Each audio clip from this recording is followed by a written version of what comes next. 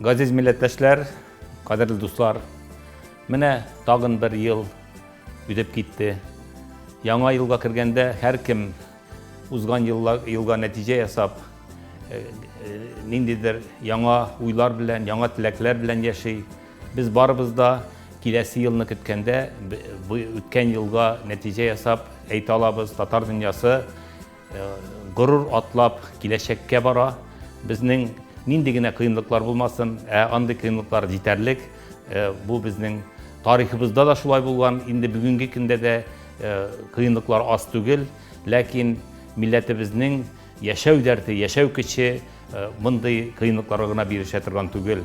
Без бердәм кыю халык, без уңган халык. Шуңа күрә дә киләсе елдагы эшләребез дә шундый булыр дигән өмет белән мин Бөтен татар конгрессы исеменнән бөтен дөньяга сибелеп яшәүче милләттәшләребезне бүген безнең 32 илдә оешмаларыбыз эшли. Рәсәйнең 70-тән артык төбәгендә һәр җирдә оешмаларыбыз бар, һәр җирдә милләтебез татар тормышы белән яшәргә тырыша. Бу безнең зур байлыгыбыз. Менә шушы хисләр белән мин барыгызны да яңа ел белән котларга телим. Яңа ел ул һәркемгә исәнлек, саулык алып килсен иде.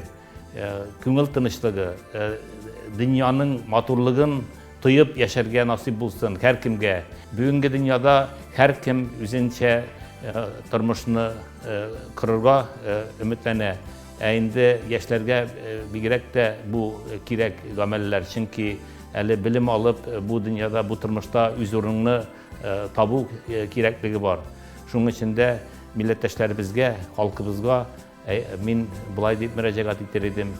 Һәркемгә яңа елда ниндидер яңалык килсен, һәркемгә яшәү дәрте өстәсен, һәркем үзенең мөхитен кырып, яңа уйлар, яңа хыяллар белән яшәргә насип булсын иде дим.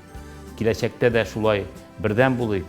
Татарстаныбыз тирәсендә берләшеп, без татар дөньясын киңәйтик, аның офыклары тагын да киңрәк булсын һәм әлбәттә киләчәк гасырларга барыр өчен халкыбызның бүгенгесе безнең өчен бик мөһим.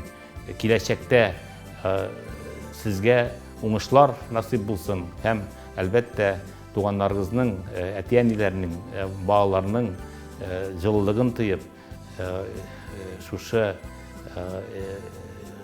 үз җиребездә, туган җиребездә матур итеп яшәргә язсын. Яңа ел белән, газиз милләттәшләр!